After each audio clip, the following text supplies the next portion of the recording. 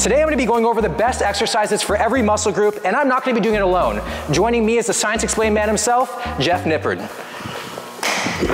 Let's do it. The first muscle group we're starting with, legs. We have to, for everybody. Half the people are gone now. Yeah. How does an exercise make it into the top exercise? Is it all based off activation, or is there other criteria? Not quite. So I have 3 criteria. The first is high tension and high stretch. High stretch, so the muscle needs to have something to work against in the stretched position. The second thing is it needs to feel good. So that means it doesn't give you pain. It has like a smooth, nice feel to it. Like you feel it in the muscle more than you do in the joints. Yep. And then the third thing is, you want to guess?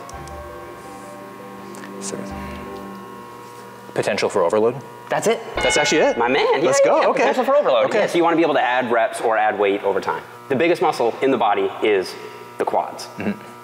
And then the second is close between glutes and calves, actually. The calves? Yeah, the calves are huge. Okay. There's 2 big muscles in the calves, right? Lately I've been doing a lot of Smith machine squats, and I like that because from a hypertrophy standpoint, you can push it a little closer to failure without feeling that same sense of risk.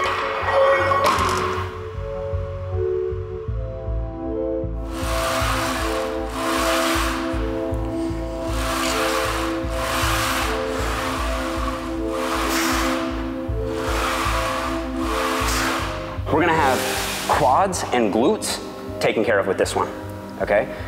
But hamstrings will not be taken care of at all. So when you go down into the hole, the hamstrings are stretching here, but they're shortening here. Okay. So you're not actually getting like a full stretch on the hamstrings. And when you go up, now they're shortening here, but they're lengthening down here. Oh yeah, what is your max squat now? 507. Nice. Yeah. You beat me. What, really? My all-time is 501. Really? No way. Congratulations. Damn, okay. that's legit. Yeah. I'm not ready for this right now. You're what? I'm not ready for a 315 squat. Yes, you are. With no belt, no knee sleeves. Yeah, also, I don't know if I'm rocking with the Vapor Maxes on squats, bro. They're gonna pop. Nice. That's a good squat right there. Yes, sir. Bro, your quads have gotten bigger too, man. So long length partials is when you do partial reps in the lengthened aspect of the lift. So when the quads are most stretched. So you basically only go about halfway up and then you go back down.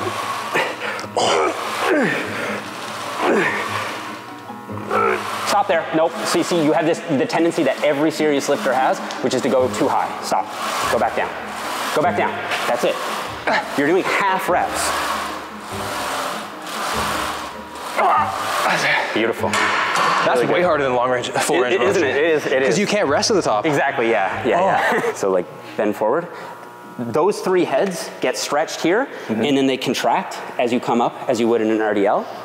But there's one head that doesn't cross the hip joint, so how could it possibly get worked from RDL? It can't. But all 4 heads cross the knee joint. So if you do a leg curl, you will hit all 4 heads of the hamstrings.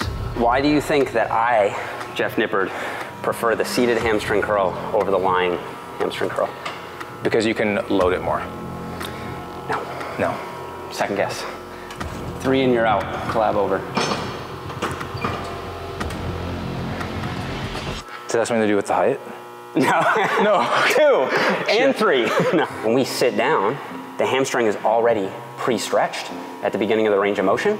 Right. Whereas when you lie down, the hamstring is not stretched at all. Compared over 12 weeks of training, seated hamstring curls to lying leg curls, which one do you think resulted in more muscle growth? Seated every time? Seated. Almost, I think, around like 1.5 times the growth over 12 weeks, which is significant. Yeah. The most interesting part of that is that the one head that doesn't cross the hip joint didn't see a difference. So that tells us that it is, in fact, most likely the stretch, right? Because that head, since it doesn't cross the hip, wouldn't actually be stretched on this, would it? Wow, yeah. You see? Yeah. I don't make entire training decisions based off of one study, but if I have the option, I'm gonna pick this one. So Will, this is great. Do you feel your hamstring stretched here? Yeah. Come forward a bit more. Do you feel them more stretched? Oh yeah. And do you still feel secure? Yeah. Yeah, okay. So it's better to lean forward. It is, as long as you don't find it feels awkward and you can't overload it as well. Ready? This is gonna be award-winning.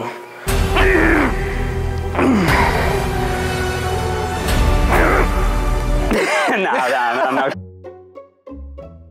A lot of people think of the incline press as just an upper pec exercise, and it's like, oh no, what's gonna happen to my mid and lower pecs? Yeah. That is completely blown out of proportion.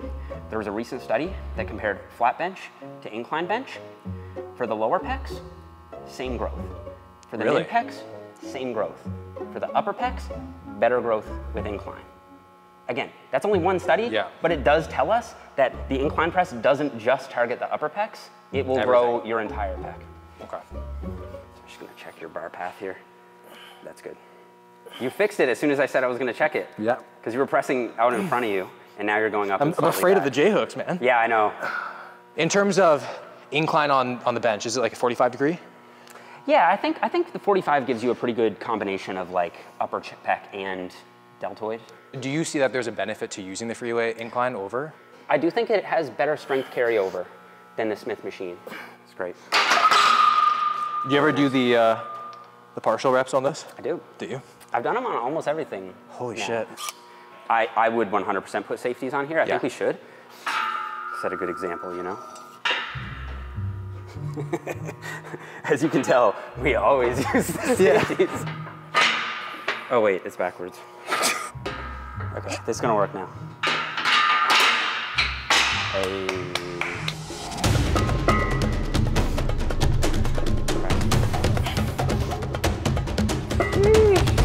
Bro, that's really good. Yeah? Yeah. Oh. That's a strong incline press. I actually don't think I'm gonna do this, bro. I did chest like 2 days ago, and Sure, Jeff. Sure. Yeah, I'm not. No.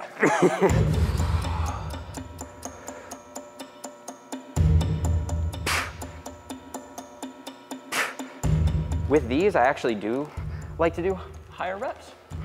3 sets for your pecs a week is actually enough to make gains for most people. Off 3 sets? Yeah, for sure.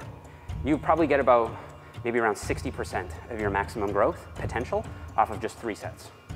Holy shit. Per week. The reason this is so far ahead is like I try to get like really deep on the stretch here. Ooh, you see how it popped up like that? Holy shit. You'll find that the cable is always trying to pull you back. And so you're always having to play this balancing act a little bit. And so it disperses a little bit of the tension.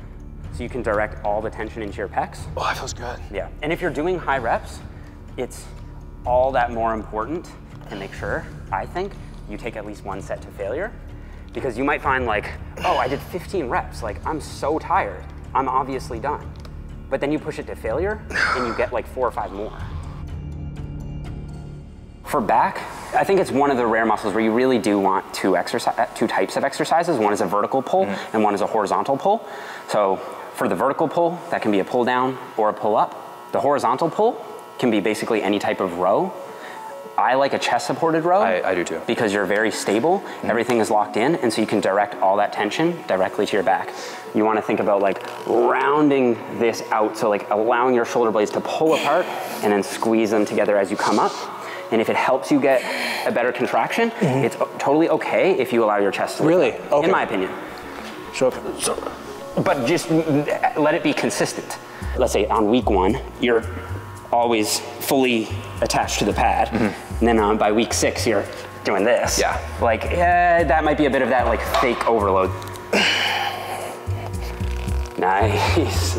Those are really good.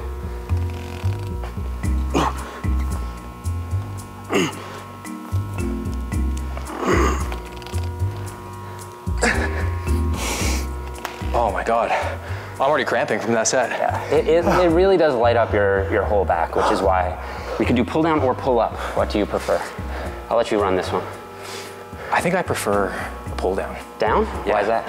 I feel like for me, like to be able to progress consistently on pull-ups is so difficult, especially because you have to weigh yourself every time. I feel like in order for an accurate overload, right? Fair. I respect pull-ups more. I do, oh, absolutely, 100%, yeah. I think pull downs are smoother. I find more people can like feel their back working better, but I think going to failure on a pull down is more fun Oh, absolutely, yeah. So yeah, let's do that, let's do that. All right, so you have all the grips in the world at the gym? Yes. Which one do you pick? So if I do a wider grip, overhand grip like we did on the row, I'll do a neutral closer grip for the pull downs. Freaking Yao Ming ass lat pull down. Oh yeah. And so for these, I like to emphasize the lats more with the closer grip by really just driving my elbows down. If I was trying to target more mid traps, I would kind of lean a little bit more and drive my elbows back like this. Whereas if I want to emphasize lats, I'm going to exaggerate this just for the demonstration, but you're almost pulling it down out in front of you. Okay. Now I'm not going to do it to that extreme. Yeah. Do you see how that, right? Yeah, and you like can't go as heavy, obviously. Now that's an extreme version, so just drive your elbow basically straight down now. So that's still going to engage lats so much more. It sounds like you're trying to get your elbows into your pockets in a way. Yeah, that works too, yeah.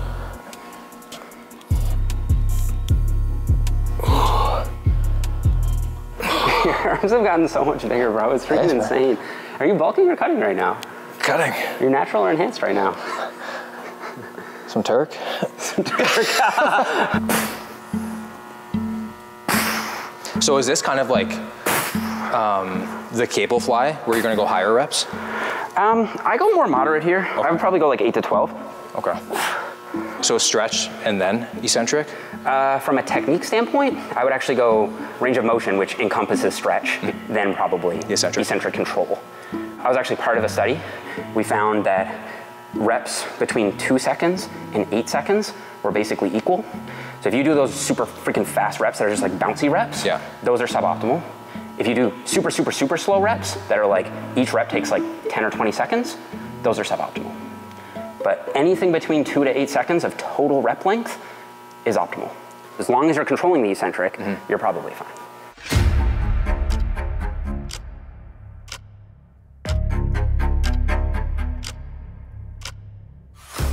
One thing I've been doing lately is actually raising the height of the cable. The cable will apply most resistance to your side delt when there's a 90-degree angle between the cable and your arm. That's a pretty shortened position. My shoulder isn't stretched. Yeah. Okay? Now watch what happens when I raise it up. Tell me when I get to a 90-degree angle. Yeah. There. Yeah. And now you get a much bigger stretch here. Yeah, that's nice. Really good, Will.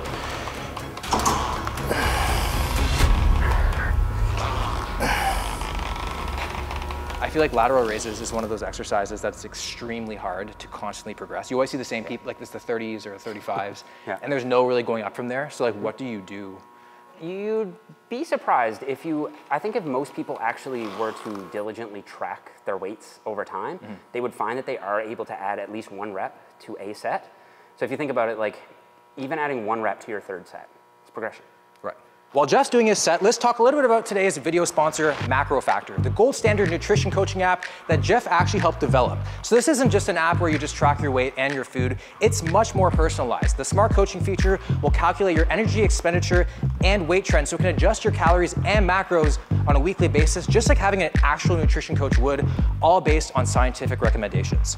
Dude, yeah, I want to get that app. Yeah. You can track your food on Macro Factor faster than any other app, and the search database is verified so you can trust its accuracy. You can also see a detailed breakdown of the micronutrients in your foods and the micronutrients you probably need more of.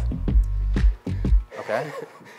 Yeah, no, that's great. Personally, my favorite feature of the app is the cyclical calorie feature. The app will automatically adjust its calories on a day-to-day basis to fit my lifestyle seamlessly. It's basically like you have Jeff with you 24/7 for a fraction of the cost. This app is premium, which means they're not gonna be bombarding you with ads, they're not gonna be selling your data, and actually it is cheaper than MyFitnessPal Premium. So I highly encourage you to check the app out. Make sure to download it or go to macrofactorapp.com and use code WILL for a 2-week free trial. Done. The rear delts got worked pretty hard on that row. Okay. Okay, so if you wanted to get really minimal, you could just axe this. But I think rear delts are really important for a physique, and they're a muscle that a lot of new lifters tend to neglect. Reverse pec deck, the standard way you do this, you sit, face the machine, and you sweep the weight out. Yeah. But I think there's a better way to do it.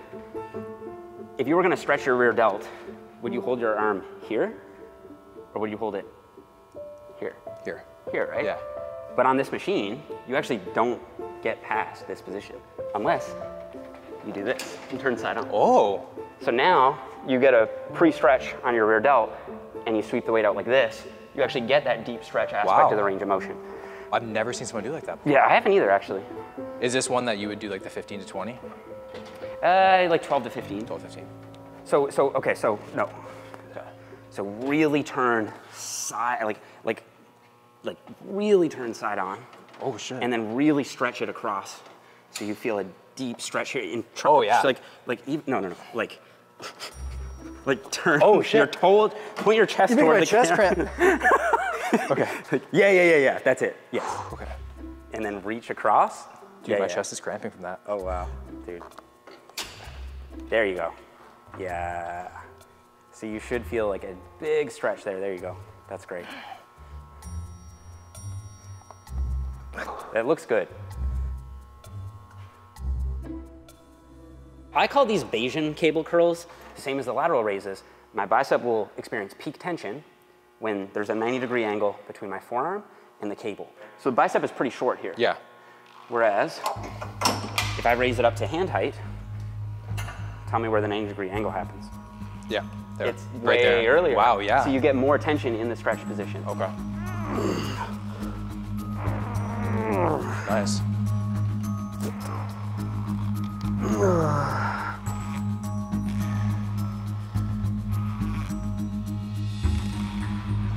All right, last one.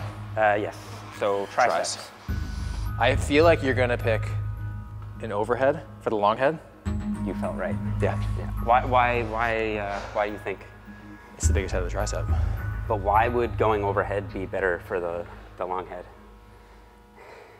I don't know. No. I don't know. That's good. No, that's fine. So the long head is the only head that crosses both the elbow joint and the shoulder joint. So it's the only one that's really impacted by shoulder position. It's the part of the tricep that will make you look a lot bigger from the back because it pops out like this. Yeah. And in a front double bicep pose, it's the one that drops it's the down, one that right? drops down. Yeah. The long head is not contracted at all, but if you bring your arm down, you'll feel it get way harder, Yeah. even though you didn't do anything different at your elbow. So if we want a stretch, we're gonna achieve that by putting the arm up overhead. Okay. If we're trying to achieve a contraction, we're not gonna get peak contraction with the arm up overhead because you just saw that as you moved your arm back behind your torso, so that's where the kickback would come in.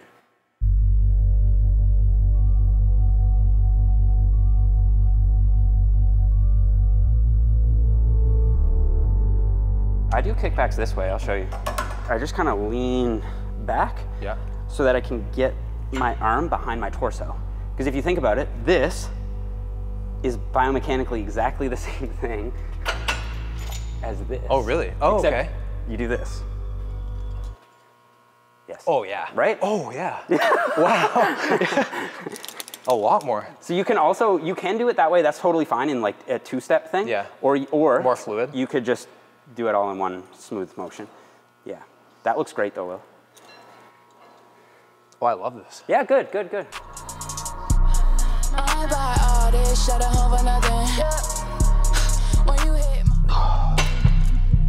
That's sick. Is that it? Yeah. No calves, no abs? No calves, no abs. That's it. That's it.